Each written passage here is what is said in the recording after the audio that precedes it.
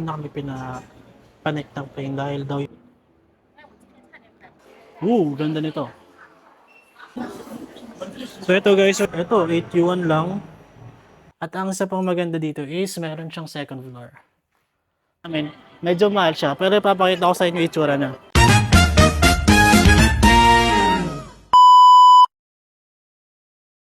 Hello guys, ngayon is nandito na ako sa airport. Gate 113 kami, papunta kami ngayon sa Guangzhou. Kasi may layover kami sa Guangzhou at 12 hours or 24 hours yata yung layover namin. Bago kami pumunta ng Shanghai. Medyo napaaga kami nung punta kasi mas okay na yun kaysa naman malate kami ng flight.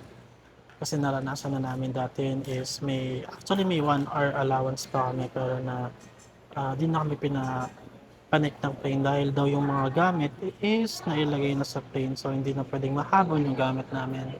So at least ma-advise ko na 4 hours yung allowance nyo pag pumunta kayo ng airport. Kasi minsan sobrang haba rin ng pila sa immigration or sa pag-check-in nyo ng luggage nyo. Time check yun is 10:07. Chinek ko rin yung weather ngayon ng Shanghai and nakita ko na medyo maulan ang weather nila ngayon. Actually, dito rin medyo maulan din. Ayan, makulimlim nga siya eh. Sa Shanghai naman is 22 degrees and cloudy. Tapos may ulan-ulan. Ayan. So sana hindi masyadong maulan pagdating natin doon para masulit natin yung biyahe natin. Hello guys! China touchdown. Nandito na kami ngayon sa Guangzhou. Medyo konti lang yung tao dito sa part na to. Actually kahit sa airport kanina konti lang yung tao.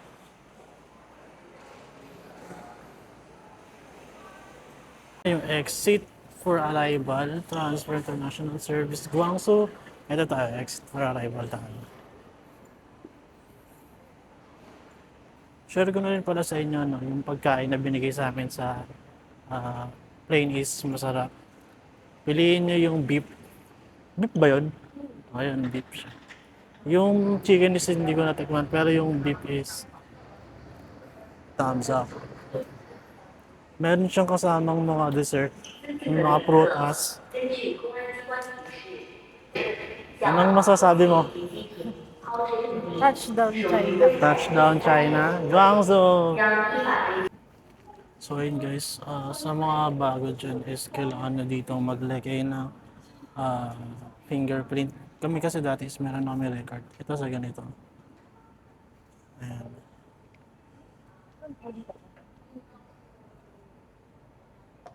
Lalagay nyo lang yung passport nyo doon. Then ayun. Meron naman kayong makikitang instruction doon kung paano yung gagawin nyo guys. Guys, nandito na kami ngayon sa aming hotel at ngayon i-room tour ko kayo. Ito nga pala yung itsura ng CR niya. Ayan, meron kayong paliguan. Ito yung shower.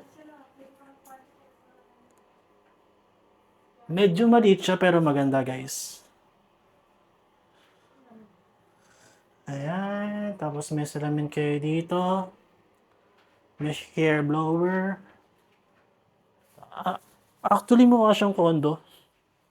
Ayan. Tapos, eto, merong higaan dito. Pang 2 tao na yan. Merong sofa dito. Tapos pwede kayong kumain dito guys. May TV na rin siya. At ang isa pang maganda dito is meron siyang second floor. Ayan. And syempre, ang isa sa mga kadalasan tinitignan natin sa mga ganitong hotel, ang view. Ayan, ang ganda ng view niya guys. Diba, hindi nyo kita? Ayan. So, no-book lang namin to sa Klook. And dun sa magkano yung book natin dito? Ayan, 3-4 daw siya per day. And ano yung name nito, Dods? Haka Apartment. Ayan guys, search nyo lang. And ilalagay ko na rin sa baba yung link nito para hindi na kayo mahirapan maghanap. So hello, ngayon nandito tayo sa Canton Tower, Guangzhou. Medyo limited lang yung time natin kasi layover lang naman kami dito. Di na kami umakyat sa taas kasi ayun nga, bukod sa limited lang yung time namin, medyo mahal siya. Pero ipapakita ko sa inyo yung itsura na. Ayan, ganyan siya kataas guys. Sa taas niyan merong parang Ferris wheel na iikot na ganun. Ayan, ayun yung itsura na. Taas, tapos nandito kami sa parang plaza. Meron dito parang night market or ayan. So tara, maglakad-lakad muna tayo. Hindi ko kilala kung sino tong mga to, pero ayan, mga ganito sila. Mukha silang mga karakter sa game. Ayan, maraming nagpapapicture. Tara, lakad-lakad pa tayo. May mga kainan din pala dito, guys.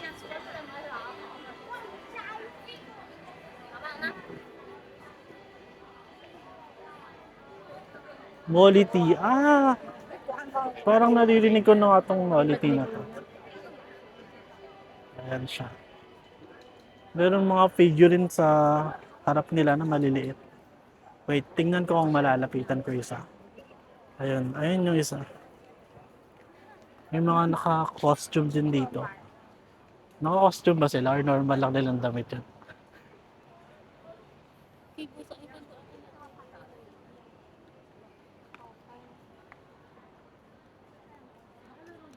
Canton Tower Plaza pala yung tawag dito, guys. Merong Haiti. Ayan. Bali, 24 minutes lang siya para galing sa hotel namin. So, naglilibot-libot lang kami dito around the area. And ayun nga, check kami ng DJI dito. Ayan, napakaraming kainan dito, guys. Hindi siya ganun ka-crowded. Sa part lang kanina na pinagbabaan namin. Ice cream na lang daw kami.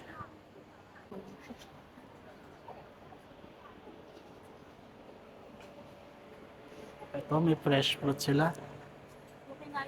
Ayan. Ice cream to?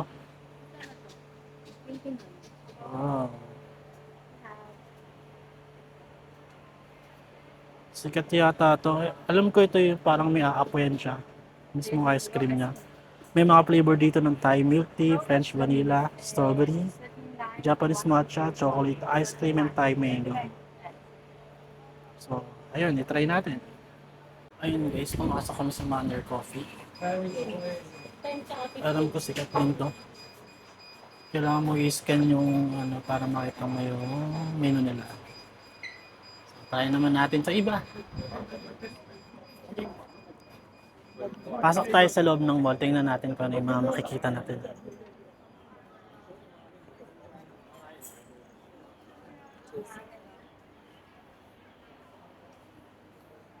Meron ditong Sanrio Gift Gate.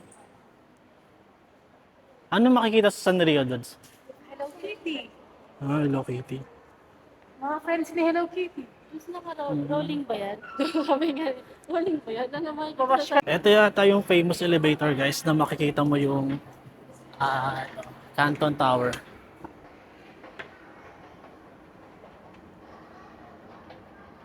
Hindi kita binibidyo na. Isa ba? Balik tayo. Ayan guys, maraming nagbibideo dito sa TikTok. Ayan siya.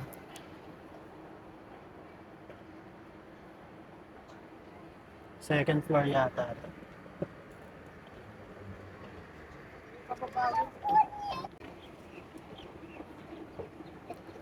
Sa Sanrio guys, since medyo mainit, try natin pumasok. Hindi alam ni Joshua eh. Tutur ka namin kung sino yung ano. Tingnan natin kung magkano yung mga mabibili dito. Pool. Ayan, ito pala yung makikita nyo siya dito. Wala akong nakalagay na tag price, pero ayan. Mga kutsara, mga pouch. Ah, hindi, may tag price pala. Ito. 69 yuan. Merong mga stop toy. Magkano isang stop toy nila? Ito bag, magkano to? Walang nakalagay. May malaking ulo ni Mickey Mouse. Mickey Mouse? Sorry guys, Hello Kitty pala yan.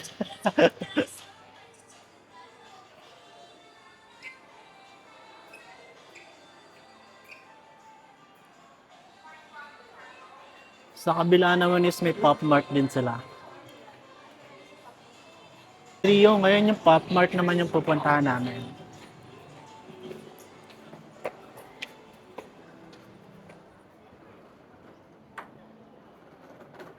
Ayun siya guys. Halos magkatabi lang sila. Uy, ayun pala yung DJI oh. Bili na ba ako?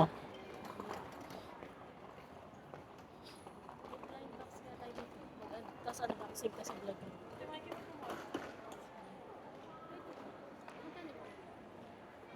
Ayun, pasok tayo.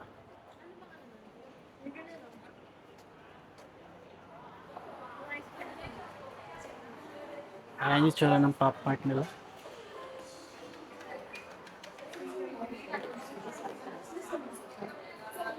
Yung ganito is, ayan, 79 yuan. Ito, 69 yuan. Ito, may mga malalaki dito. Magkano kaya yung malaki nila? Try natin. Wala akong nakalagay, sample lang kasi siya. Ganda nito. Ito, malaki. Cellphone. Naruto. Meron din pala sila dito, guys. Yung mga Naruto, 69 yuan.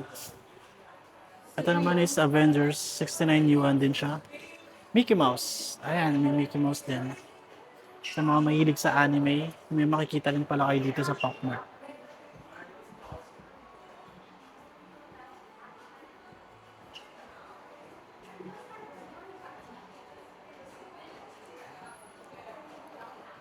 Ito siguro is collaboration ng Mickey Mouse at saka yung Pop Mart. Ayan. Dami nyo makikita dito. And most of the price is puro 69 lang naman. Pero pera na lang yung malalaki. Ito, 29 yuan lang siya. Ayan, 29 yuan din lang. Kaya di bibili.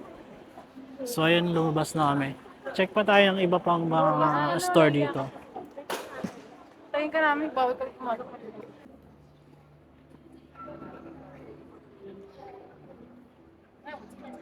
So ito naman yung itatry namin guys, Holy Land. Meron din siyang mga ganito. Hindi ko talaga sure kung ano ba yan. So ayun, check natin kung ano makikita natin dito.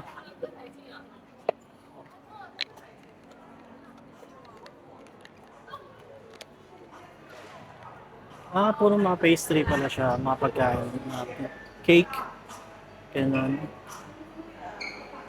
Ayan yung tsura ng mga cake mo. Mukhang masasarap siya, may pre-taste din dito.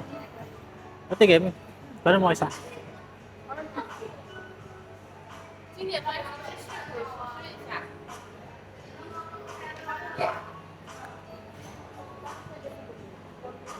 Wala po.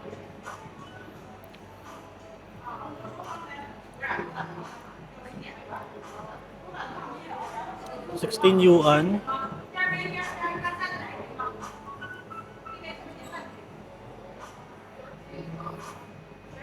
Di naman siya ganun kamahal guys. Actually, okay na yung price niya. Pampasalubong. Ito, 46, 39, 29 yuan. Goods na siya pampasalubong guys. And masarap siya. Holy Land yung pangalan nitong store na to. Dito mo siya matatagpuan sa Guangzhou Canton Plaza.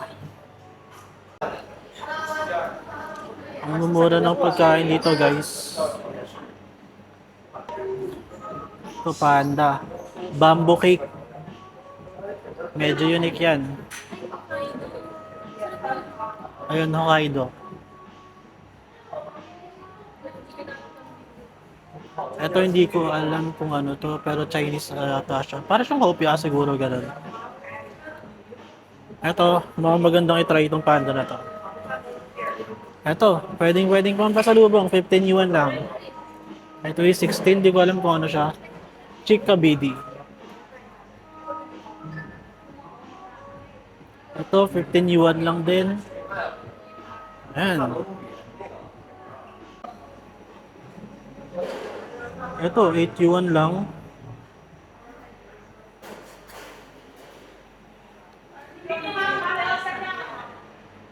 Maliit lang yung store nila guys, so madali lang kayo makakapili talaga dito. Meron din sila dito mga juice. Ayun na yun, mukhang marami nang nabili yung mga kasama ko. Sorry. So hello guys, medyo napagod kami sa paglalakad kanina. So andito naman kami para kumain. Medyo mura yung nakita namin kayo nandito. 29 yuan lang actually. Yung nabili namin at mukhang giving naman yung itsura niya. Marami kayong pamimilian dito. Kami pinili namin itong chicken. Ayan. Pero madami siyang menu ha. Ito is, kung mahilig kayo sa steak, 69 yuan lang yata yan. Ayan, may mga drinks sila dito. Ito, mura lang do. I think nasa 20 yuan lang siya. And medyo nahihirapan kami sa pag-order. Kasi WeChat yung gamit nila. Kung may WeChat naman kayo is madali lang. I-scan nyo lang siya dito. And wala naman kayong WeChat, pwede kayong tumawag ng waiter or yung nag-a-assist sa inyo. And then sabihin nyo Alipay yung gagamitin ng payment. Bibigyan nila kayo ng phone and sila na ibalang mag-direct sa inyo sa menu. Sasabihin mo na lang sa kanila yung gusto mong orderin.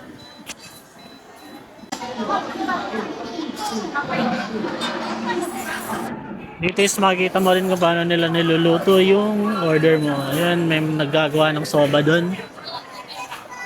Nakalimutan ko yung tawag ng restaurant na to. Ayun, Wentongs pala yung pangalan ng restaurant. Marami kumakain guys, kaya trinay namin siya. So ito guys, yung in-order namin. Ayan.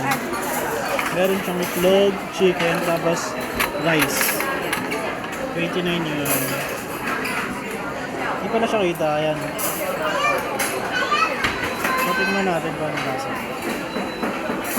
Salamat sa pagsama sa akin sa trip na to. Ang susunod naman is ililibot ko kayo sa Shanghai. This is Jaggy. Have a good day and have a safe day.